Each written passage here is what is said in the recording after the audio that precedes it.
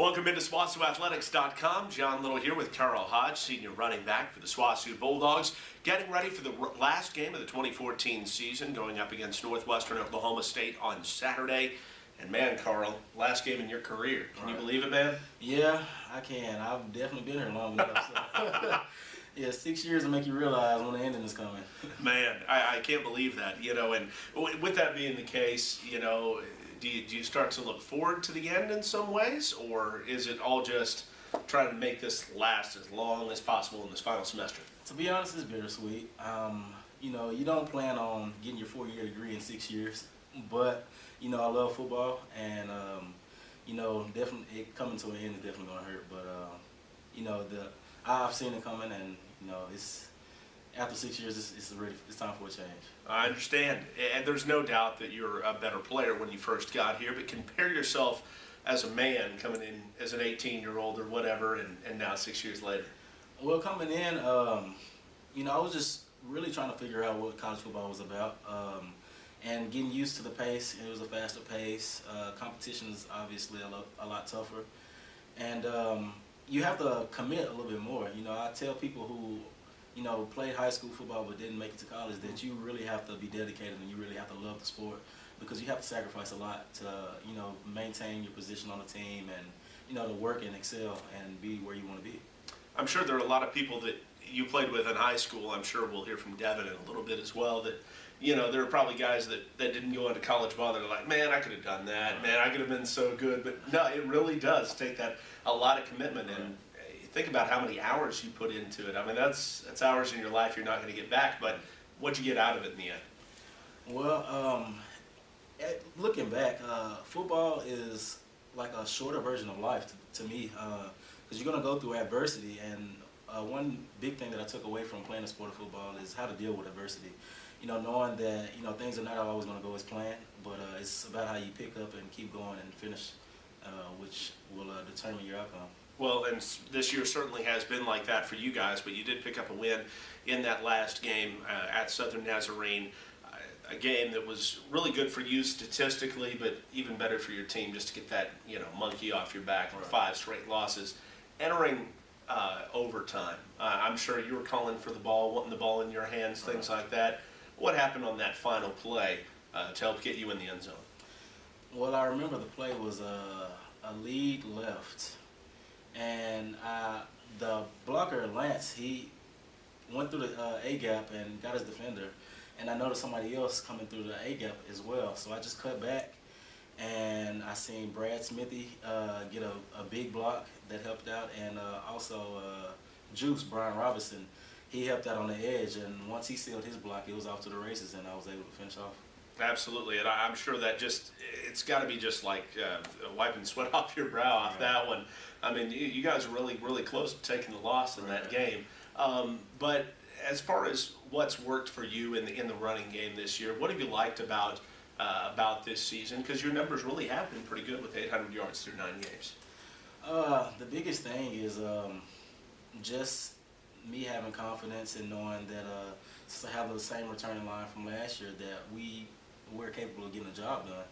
And I mean, it just alleviates one worry, you know, as to am I good enough, or, you know, is the job going to get done? Because I know we've done it before, so it should be no excuses on what we should be able to execute and get the job done again. Well, as far as the Northwestern game goes, it's been a long time at SWOSU for somebody to run for 1,000 yards. You know, that's always going to come up. It's a nice, round, fun number. Right. It would take exactly 200 to get there. Is that a goal for the offense and a goal for you going into Saturday? Most definitely. One of my goals before the season even started was to become a 1,000-yard rusher. And since my high school career and my college career, I've never rushed for 200 rushing in a game. So I'm looking forward to taking on this challenge. Absolutely. At the same time, you know, Northwestern is going to be gunning for you. Right. They're going to watch this interview. They're going to say, well, we knew they were going to give it to 33, but now we know even more. So with that in mind, you know, what are the little things it's going to take? A little bit more discipline, sense of urgency, and a little bit more preparation.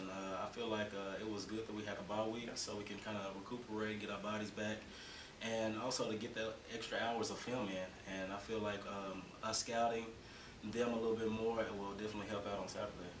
Coach Kokenauer has talked a lot about, well, we don't really need to add anything extra into the playbook. You know, we just need to do what we do. Right. We need to do it better. Can you guys see that from the players' aspect of things? I know maybe you get tired of running the same plays over and over again, but you can do it a little bit better. Yes, I mean, there's always room for improvement, and watching film on Monday after the games, we can see that. I mean, we know what our bread and butter is, and, you know, and sometimes it works, some plays it works, and some plays it doesn't.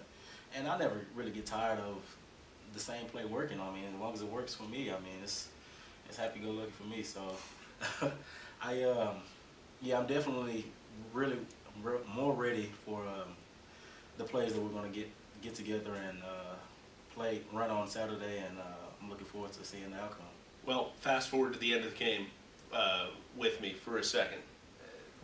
What's going to feel different about the end of that game versus the end of, you know, the other however many games, 40 games that you've had in the SWOSU uniform? Well, I know it probably won't hit me until later on Saturday evening, but it'll definitely be very emotional. You know, just knowing that I won't have Southwestern football to look forward to anymore, or as far as playing at least. You know, and you know, it'll be my last time being on the field with the seniors as well as the lower classmen. And I mean, it'll definitely be a change, but you know, I definitely keep in contact with those guys, so it'll be all right. Well, Karl, thanks for your time so much, and good luck on Saturday. Appreciate it, John. John Littleback for SWOSUathletics.com with Devin, Benton, senior defensive tackle for the Southwestern Bulldogs. He's had an awesome season, becoming the tackles for loss leader in SWOSU history, the sacks leader in SWOSU history as well for his career. And Devin, you're also playing in your last game here today, or on Saturday, I should say, against Northwestern. That's pretty crazy to think about when we think about, you know, going back, starting from your freshman year. What are your thoughts about that? I mean, yeah, it's like Karl, you know, was talking about. It's a very cliche feeling, you know. It's bittersweet, but man, I mean, I think I've been thinking about it for the longest time, like, kind of, I guess, trying to figure out how I'm gonna go about it, you know, like how to go about this week, even, you know, as far as it just being my last week. Maybe of even playing football, you know, you never know. Nothing's guaranteed except for the obvious, but I don't know, it's just different. I can't even get a grasp of it yet, but it's for sure our last week, and I don't know what to do. I don't even know how to think about it, you know. Does that mean you play any differently on Saturday? Play with more reckless abandon, if that's even possible? I will definitely try. I'm doing something crazy. Something crazy is going to happen this game. I don't know what, but something memorable. I'll tell you that. We'll figure it out when we get to it, I guess. I think you had a pretty memorable game against Southern Naz, and I especially in the overtime period, I remember between the second and the third play in overtime for Southern Nazarene, I can just see you down there, even from the press box. You're just barking at that offensive line. I don't know what you were saying. What are you saying in those moments? You want me? Can I be honest? Yeah, you can. One of the linemen, actually, I'm not gonna lie. I don't know if it was lineman or receiver, but they were. I had said something, and they were just like, "Oh, you got nothing," and I was just. I don't even know if I should say this on camera, but I was just saying like how I was the best in the conference, and that nobody in this conference could mess with me. But that's fine. I was scared it was going to be worse, to be honest with you, but no, that's fine. I mean, it was worse, but I just shouldn't put it right there just for, you know. No, a synopsis, I think, is fine. But I know you feel that way. How long have you felt like you were the best player in this conference as far as from your position, that nobody could handle you, those sort of things? After my freshman year. After my freshman year, because my freshman year I did a lot of studying on myself and really trying to figure out exactly what kind of player I was, what this team needed me to be, and just what I needed to do to make myself a better man, person, you know, brother, everything, you know, to better myself. So, and then with that, I'm saying that to say this, I started looking at other players in this conference and see how they were dominating, and then once I like kind of compared it to me and the way I play football, it was just me personally, I feel like everybody should feel this way in the conference, but me personally, I feel like wasn't nobody seeing me. I understand. Now, that play specifically, that third play of overtime, it was kind of a zone read type play. Oh, yes, If you remember, and you went and hit the quarterback, and the running back ends up having the ball, and you go downfield and make the tackle. You know, is that that just doesn't happen very often, at least at our level of football. You know, maybe you see it in high school or something like that, but that's not normal. What happened on that play? It needed to be done. Yeah. I knew before the play, I heard two people yelling at me, and it was Jake Doyle and Stephen Townsley. Actually, three. Tanner Thompson. All three of them were yelling at me to make the play. And I'm yelling at the offensive line and whoever else, and I can hear them in the back of my head, and I'm just getting pissed and pissed and pissed. And so I just knew, like, okay, I need to make this play because my teammates need, all my brothers need me to make this play. Offense need me to make this play. Coaches need me to make this play, so I'm going to make this play.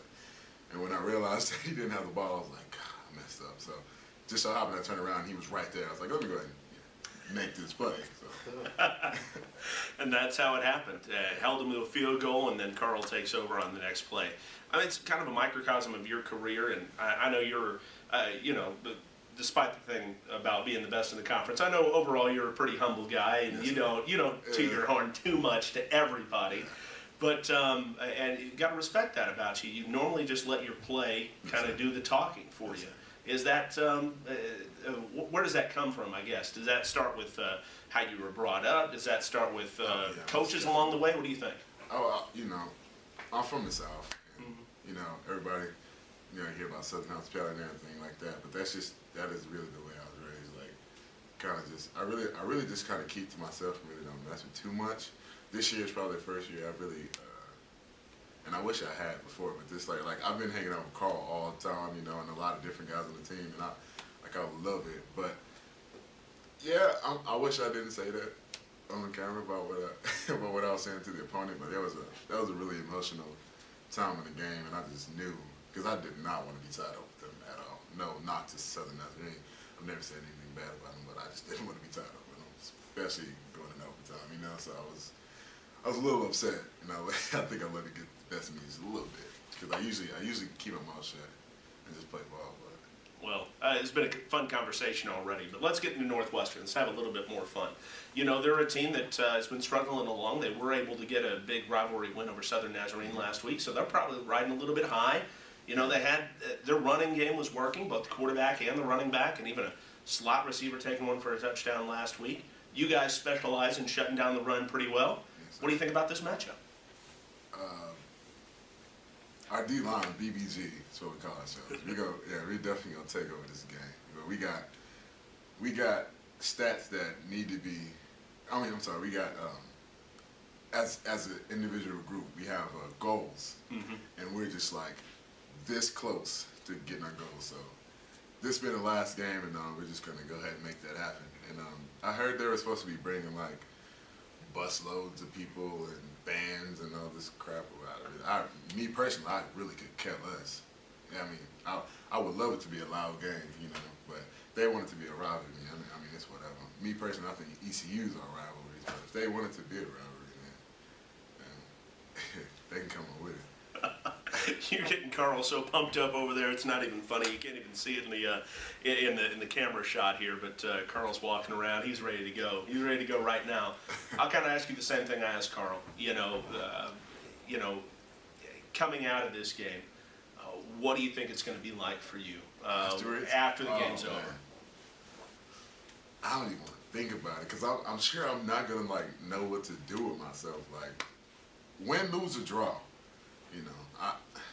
I'm going to be excited. I'm going to be happy just because I'm never going to get that time again with my brothers ever again. Even if I go on to play 1,000 more snaps in Europe or wherever I'm at, or and even if he goes somewhere, it's like I said, win, lose, or draw. I have to engulf myself in that moment completely because it'll never be that again.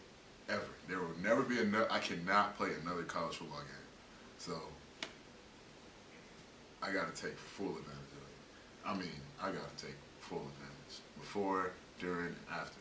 All week, I got to take it to another level. And I feel like I took my play this year to another level. But, like he said, there's always room for improvement. So I'm just going to, try to be like Superman.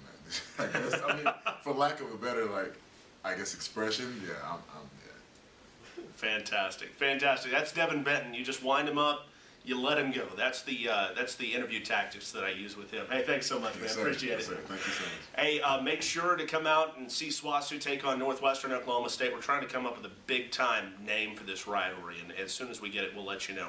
But in any event, it's a big ball game because these two teams, they hate each other. Let's be honest about that.